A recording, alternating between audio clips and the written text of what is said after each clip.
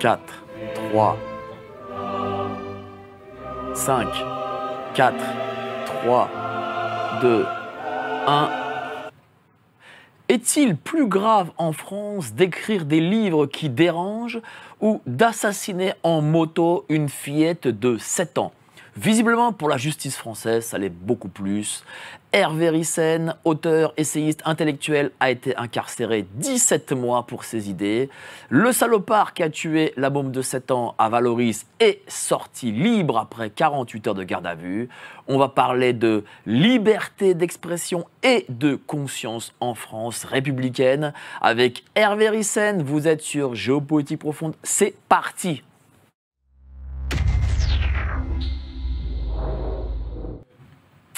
Bonsoir à tous, vous êtes sur Géopolitique Profonde, la chaîne qui est là pour remplacer les grands médias subventionnés ici.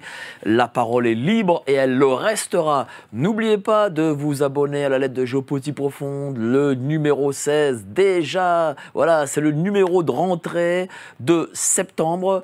Vous avez des articles de notre ami Franck Pemgam, Laurent Ozon, Jean-Michel Vernochet, vous les connaissez tous. Pierre Hillard revient aussi. Allez-y, abonnez-vous, vous cliquez sur le lien ci-dessous. Bonsoir, cher Hervé Ryssen. Vraiment, je suis très content de vous avoir. Ça fait déjà quelques temps que je vous ai contacté. En effet, voilà, j'ai eu cette introduction parce que il est quand même malheureux en France d'avoir les idées que l'on a, quoi. Elles peuvent être discutées, argumentées, débattues ou ce que l'on veut. Et en réalité, savoir que parce qu'on a les idées que l'on a, on est incarcéré. Alors que des vrais bandits, des voyous, des meurtriers, eux, sortent là comme ce week-end. Est-ce qu'on est encore la France, le pays de la liberté ? Bonsoir, cher Mike Borowski. Écoute, je viens de relire quelques pages du dernier livre là, que j'ai écrit après être sorti de prison, et je tombe sur des considérations de Louis-Ferdinand Céline dans ses écrits de prison. Et il récapitulait tous ces poètes, tous ces écrivains qui ont mal fini en France, qui ont été emprisonnés et qui ont été obligés de s'exiler. Il y en a quand même beaucoup.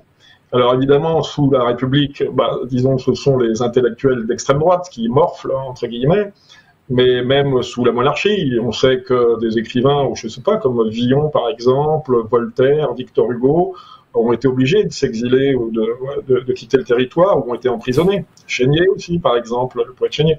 Donc il n'y a rien de nouveau sous le soleil. Les régimes qui considèrent que leur existence est menacée par un intellectuel ou plusieurs intellectuels ou un groupe d'intellectuels ou un groupe politique font de sorte de réduire la menace comme ils le peuvent. Donc voilà, moi j'ai quand même, je suis allé jusqu'au bout de mon parcours intellectuel, si on peut dire. Je ne suis pas le seul, il y en a eu d'autres, enfin il y en a eu un avant moi, mais pour un motif très particulier qui est celui qu'on appelle communément révisionniste et que nos adversaires appellent négationnisme. C'est pas mon cas. Moi, j'ai été condamné une fois pour négationnisme, alors que je n'ai jamais parlé de la Deuxième Guerre mondiale, mais c'est ce que je vous dis. Quand ils veulent vraiment votre peau, ils font flèche de tout bois, ils peuvent invoquer n'importe quel prétexte. Moi, j'ai été condamné pour des petites phrases de conclusion, pour des petites touches d'humour, mais j'ai été condamné aussi pour m'approcher de la vérité, pour mon petit livre rouge, qui est un petit livre qui est épuisé depuis très longtemps, de 2012, où effectivement, sur deux passages seulement, deux petits passages, et j'ai été beaucoup plus condamné pour mon avant-dernier livre de 2018, où là, effectivement, il y a une trentaine de passages qui ont fait l'objet de poursuites. Mais sinon, c'est pour des petites phrases, des posts Facebook, des petits montages photos, vidéos, même une fois simplement pour avoir appuyé sur le bouton partage. Tout ça, ça m'a valu des amendes et des peines de prison. Alors évidemment, au début, on commence toujours par les amendes. Moi, mes premières condamnations remontent à 2009. Et puis, quand vous assistez un petit peu, les peines sont de plus en plus lourdes jusqu'à ce qu'on vous fasse comprendre qu'il faut que vous arrêtiez, quoi. J'ai eu un petit peu de mal à comprendre et j'ai compris là maintenant. Donc voilà. Je reviens juste sur votre allégation de 17 mois de prison. J'ai fait 9 mois de prison.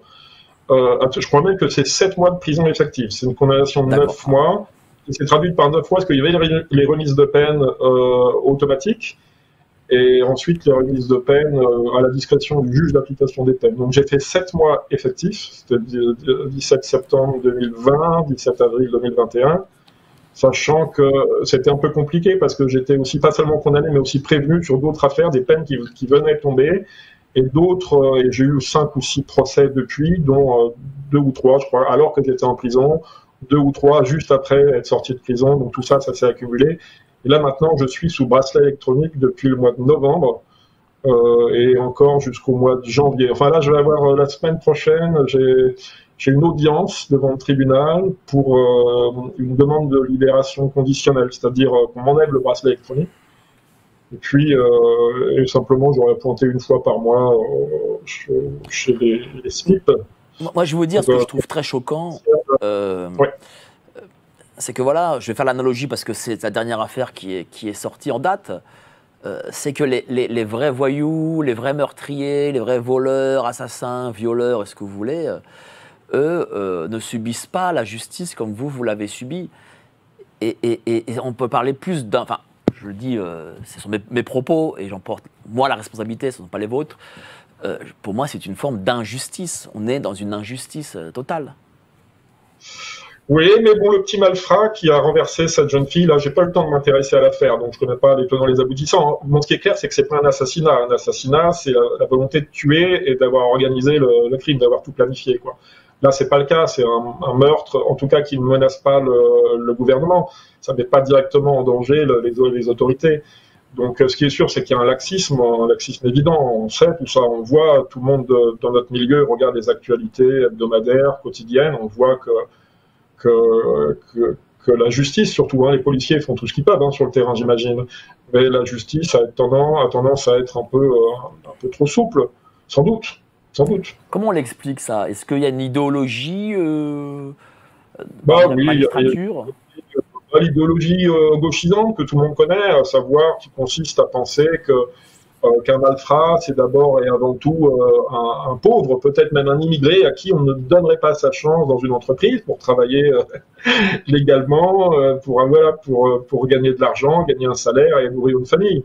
Donc les gens de gauche considèrent que le délinquant est d'abord et avant tout une victime. Mais bon, ça, c'est ce que je dis là. C'est quoi? C'est parce qu'on rentre dans la société de l'inversion des valeurs? C'est-à-dire que voilà, on n'est plus femme, on est homme, on est je sais plus quoi. C'est autre chose, là, c'est pas du gauchisme, là. Alors aujourd'hui, depuis quelques mois, ou 2 ans, ou 3 ans, je crois, on appelle ça du wokisme. Mais c'est un néologisme, c'est un mot qui n'existait pas en France, le wokisme. Donc, mais là, dans cette affaire, simplement d'accident de la route, si on peut dire, c'est pas du wokisme, c'est juste le laxisme de la justice française, qui est, on sait très bien que le syndicat de la magistrature est de tendance de gauche, ou très à gauche, et ils ont tendance à choyer les délinquants. Alors c'est pas toujours le cas, il y a beaucoup de gens qui sont en prison pour des faits de petite délinquance, mais peut-être que la justice, peut-être que les peines de prison enfin je dis ça, je veux pas trop m'avancer, mais sont appliquées d'une manière un peu trop légère, c'est possible. Bah, alors je voudrais peut-être pas vous faire rappeler de mauvais souvenirs, mais malgré tout je vous pose la question, après vous répondez si vous le souhaitez. Comment s'est passé ce séjour de 7 mois en détention? Très mal. Effectivement, c'est des mauvais souvenirs pour moi. Moi, ça s'est très très mal passé. Alors, il y a toujours des gens qui vont vous dire que pour eux, ça s'est très bien passé. Quand on est une petite racaille de banlieue, ça pose pas trop de problèmes normalement, puisqu'on est avec ses copains. Donc, souvent, alors je me souviens d'ailleurs, en relisant mon témoignage dans le dernier livre, là, Le coup de la loi, je me souviens d'un petit malfrat dans une bétaillère. Alors, bétaillère, c'est le nom que dans l'administration pénitentiaire, on donne au fourgon cellulaire. C'est-à-dire le fourgon cellulaire qui emmène les condamnés ou les prévenus au tribunal et qui les ramène ensuite le soir dans leur cellule. Et je me souviens, parce que moi, c'était le seul moment où je pouvais parler à d'autres détenus du fait que j'étais à l'isolement. Et je me souviens d'un petit gars qui disait qu'une fois, parce que c'était pas sa première peine, il s'était retrouvé avec une dizaine de copains à lui, de la même ville, en l'occurrence, il s'agissait de Roissy, et que la peine était passée super vite. Je me souviens aussi d'un autre gars qui interpellait un mec en face de lui dans le fourgon cellulaire, et lui demandait pour combien de temps il en avait, et le mec répond 5 mois. Et là, les deux copains se mettent à rigoler. 5 mois, pour nous, c'est comme 5 jours, quoi. C'est de la rigolade. Donc, ce qui est sûr, c'est que tous les gens avec qui j'ai parlé étaient récidivistes. Ils sont tous récidivistes. Tous, intégralement. Voilà, donc c'est important parce que moi je sais que, et ça je l'ai écrit dans mon témoignage, et je me souviens de l'avoir dit aussi à mon co-détenu, le seul co-détenu que j'avais dans la petite cour de promenade, puisque je vous répète j'étais à l'isolement spécifique. Hein. En promenade, on peut avoir 2, 3 détenus avec soi, contrairement à l'isolement total. Abdeslam, par exemple, qui était dans le couloir d'à côté, lui c'était l'isolement total. Il ne voit que la gueule des gardiens, hein, de la pénitentiaire. Mais je me souviens avoir dit à ce détenu que moi je ne remettrais jamais les pieds en prison parce que c'était trop difficile. À l'isolement, alors le pire pour moi c'était pas l'isolement, parce que mais c'était aussi le confinement. C'est-à-dire que j'étais en septembre 2020, avril 2021, c'était le confinement. C'est-à-dire qu'au parloir, il y avait une vitre en plexiglas qui me séparait de mon épouse. Il n'y avait pas de bibliothèque, ou alors vraiment c'était rapidement, tu vas chercher un livre et tu reviens tout de suite dans ta cellule. Il n'y avait pas des cours d'anglais, pas de cours d'histoire, pas de cours d'espagnol, pas de salle de musculation, enfin rien, zéro, quoi. Donc, puis je peux vous dire que la promenade à l'étage, c'est équivalent en taille à 2 fois une cellule. Et sauf qu'on est en plein air, il n'y a pas de banc pour s'asseoir, donc quand vous êtes tout seul là-dedans, bah, vous préférez rester dans la cellule. Enfin, j'ai expliqué tout ça, mais sachez que pour moi, ça a été très pénible et très dur. Hein. Moi, pendant 15 ans, les 15 années précédentes, je les ai passées à étudier. J'ai étudié un sujet que vous connaissez, je l'ai étudié quand je suis arrivé dans le milieu national. Et là, pour le coup, j'ai un petit peu le même parcours que Dieudonné, qui lui était de gauche. Et c'est ce qu'il dit d'ailleurs dans son entretien à la chaîne concurrente de la vôtre, il n'y a pas plus tard qu'hier. Il dit que moi, au début, j'étais très hostile au fascisme, à l'extrême droite, et à Jean-Marie Le Pen, jusqu'au jour où j'ai voulu voir la bête de moi-même. C'était exactement mon parcours, j'ai voulu voir ce qui se passait. Et donc, j'entre dans le milieu patriote en 1992, et à l'époque, vous savez que la parole était un petit peu plus libre que maintenant, peut-être. En tout cas, le Front National était moins soumis aux impératifs dialectiques que l'on connaît aujourd'hui, qui nous empêchent de dire ce que l'on pense sur certains sujets. Mais à l'époque du Front National, dans les années 90, il y avait un journal qui était proche du parti, qui s'appelait National Hebdo, et des plumes, de très belles plumes, pouvaient s'y exprimer, comme François Brignot, qui est mort depuis, ou Emmanuel Ratier, par exemple. Et c'est à travers leurs écrits que j'ai découvert le sujet du cosmopolitisme, on va dire. Donc moi, pendant très longtemps, pendant une douzaine d'années, j'ai étudié le sujet, je voulais essayer de comprendre pourquoi. Donc pendant une douzaine d'années, j'ai étudié à travers les écrits, disons, de patriotes, et je comprenais toujours pas les tenants et les aboutissants de la question. Donc ensuite, pendant 18 ans, j'ai fait la même démarche, je me suis informé, enseigné, j'ai lu énormément des centaines, peut-être des milliers de livres, mais cette fois-ci non pas écrits par des antisémites, si je puis dire, mais par des juifs, par des intellectuels de la communauté juive. Et là, j'ai compris beaucoup plus de choses. Donc, voilà. Mais quand je me suis retrouvé, j'ai vécu dans le silence. J'ai vécu dans le silence en publiant mes livres successivement, les uns après les autres, pendant très longtemps, et je me suis retrouvé en prison à Fleury-Mérogis, dans un environnement extrêmement bruyant. Alerte Info. Géopolitique profonde prend sa place dans le paysage médiatique français. Bonsoir à tous, vous êtes sur Géopolitique profonde, la chaîne qui est là pour remplacer les médias subventionnés.